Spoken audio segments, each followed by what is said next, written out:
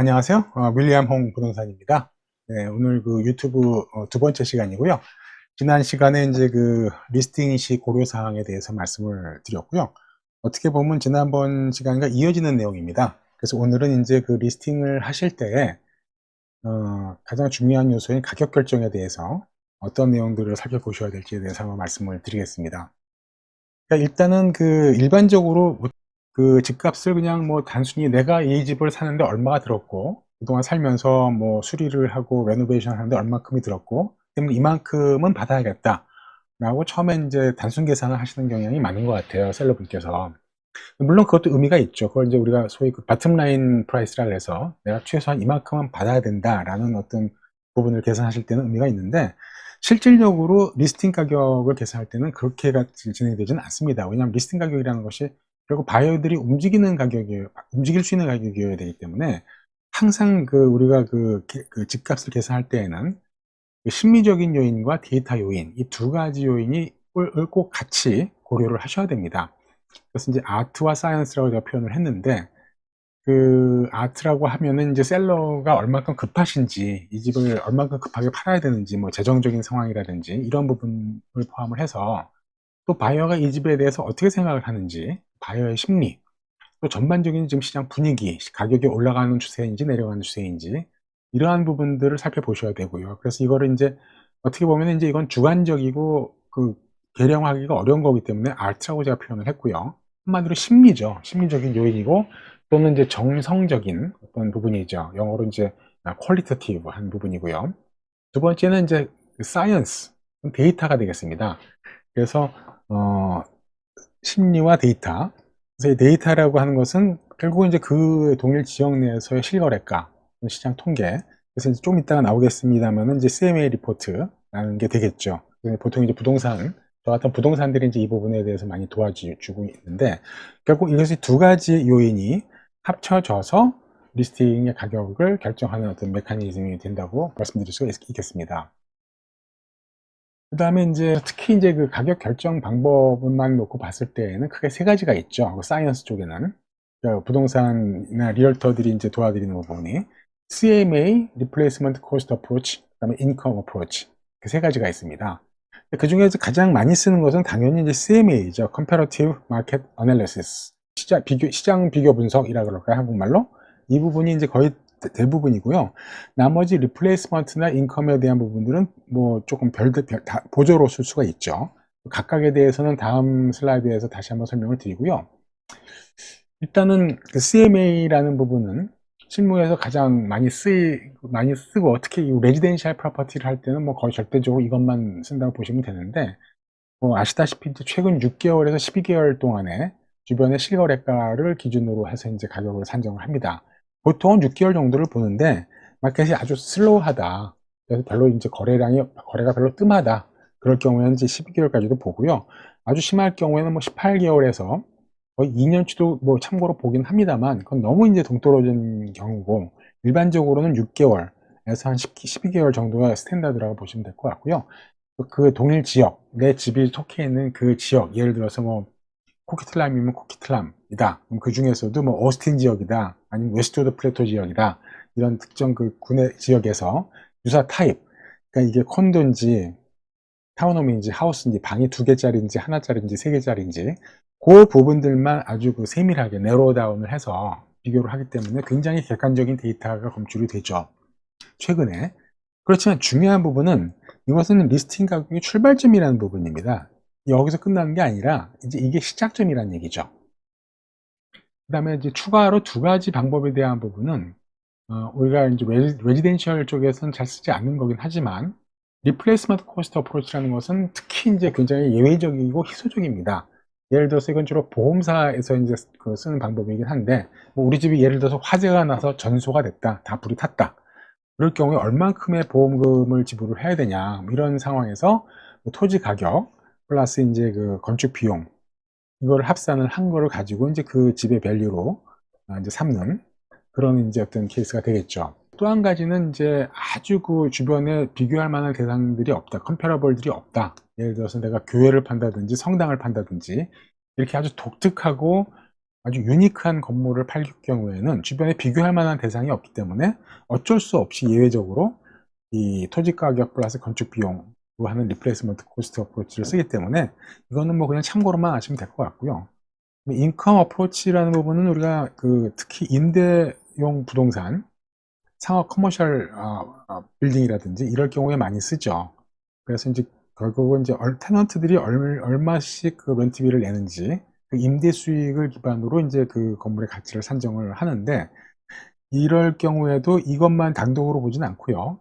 인컴 어프로치 플러스 이제 CMA, 조금 아까 말씀드렸던 이거 플러스 CMA 두 가지를 같이 병행해서 봅니다. 그래서 CMA를 통해서 그 빌딩 자체의 가치가 얼마인지도 보고, 또 이 인컴 어프로치를 통해서 전체적으로 얼마만큼의 그 ROI, Return on Investment를 뽑아낼 수 있는지, 임대 수입에 기반한 이런 두 가지로 보기 때문에 우리가 레지덴셜에만 국한해서 볼 때에는 조금 전에 말씀드렸던 그 CMA라는 방식이 가장 많이 쓰이는 방법이다 라고 이제 아시면 될 것 같고요.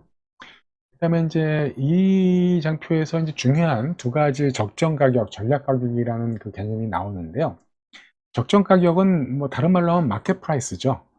근데 이제 마켓 프라이스에 대한 정의도, 데피니션도 사람마다 다 달라요. 학자마다 다 다르고 부동산마다 다 다르고 특히 특별하게 정해져 있는 건 아니지만, 저는 이제 이거를 가장 간단하게 시장에 받아들이는 가격이라고 일단은 그 정의를 합니다. 좀 더 쉬운 말로 하면은, 예를 들어서 우리 집을 리스팅을 하고 뭐 오픈하우스를 했을 경우에 이제 바이어들이, 손님들이 찾아오지 않습니까? 그분들이 보고 나서 주는 피드백, 가격이 너무 비싸다 아니면 뭐 어떻다라는 그 부분들이 결국은 적정 가격에 이제 수렴해 가는 거죠. 왜냐하면 이것이 다 이제 넘버 게임이기 때문에 많은 사람들이 이야기하는 것이 어쩔 수 없이 진리일 수밖에 없거든요. 정답이 따로 있는 게 아니라. 그렇기 때문에 시장에 받아들이는 가격이 적정 가격이다 라고 봤을 때, 전략 가격이라는 것은 뭐냐? 이거는 이제 조금 신중하게 써야 되는 건데, 특히 시장이 좋을 때에는 적정 가격보다 살짝 낮게 리스팅 가격을 놓습니다.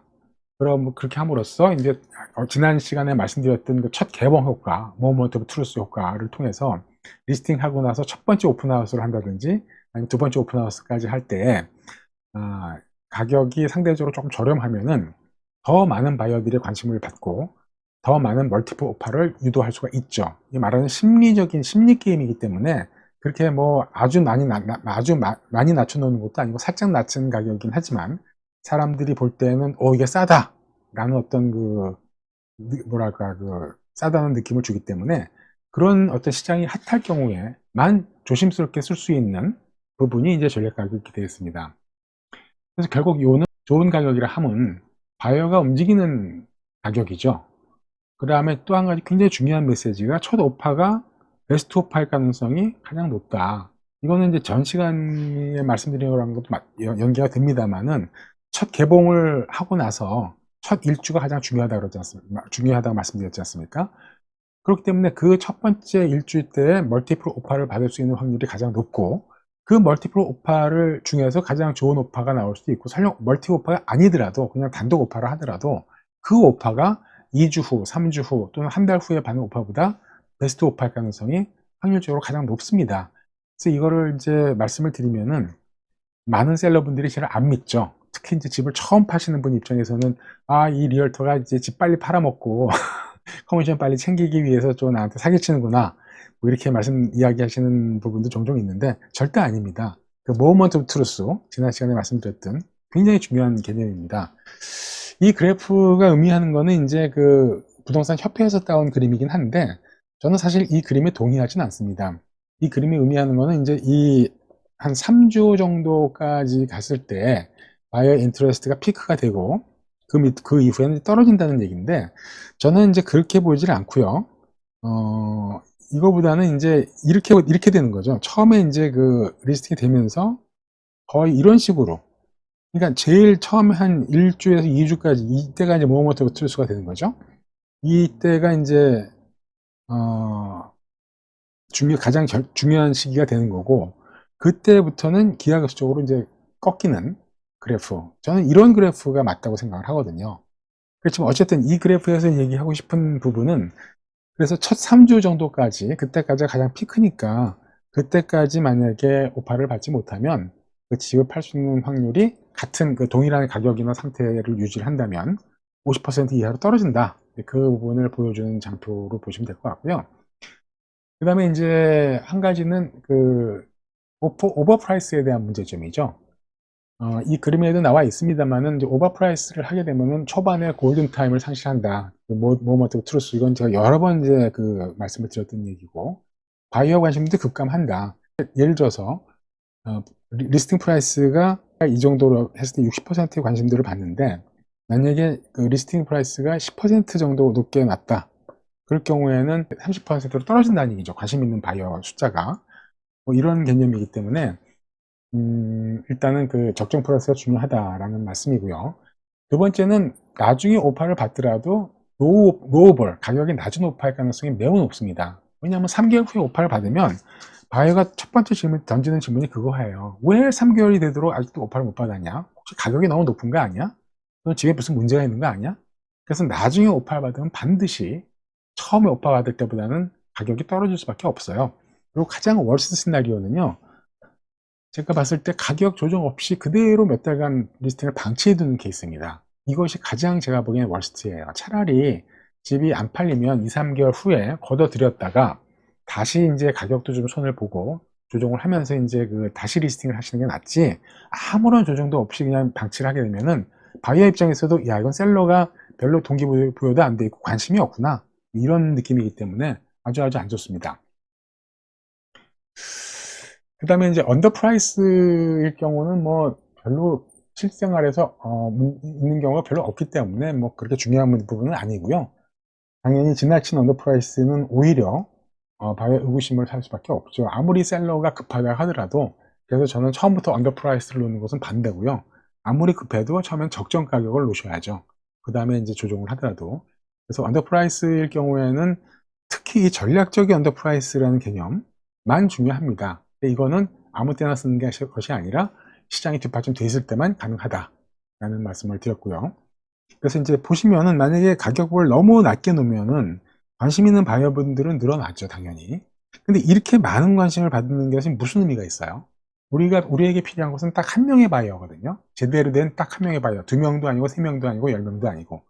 그래서 한 명의 바이어가 필요한 거기 때문에 너무 지나치게 관심을 받는 것도 별로 좋은 일은 아닙니다. 너무 지나치게 관심을 안 받는 것도 안 좋듯이 둘 다 별로 안 좋은 것이죠. 그래서 결국은 약간 그러니까 적정 프라이스거나 약간 낮거나 정도의 어떤 그 레인지가 가장 중요하다고 생각이 듭니다. 그래서 전체적으로 지금까지 말씀드린 내용을 종합을 해보면요, 너무 주변에서 팔린 가격에만 의존하지 마라. 왜냐하면 제가 뭐라 그랬죠? 이거는 이미 과거라 그랬지 않습니까? 히스토리입니다. 히스토리.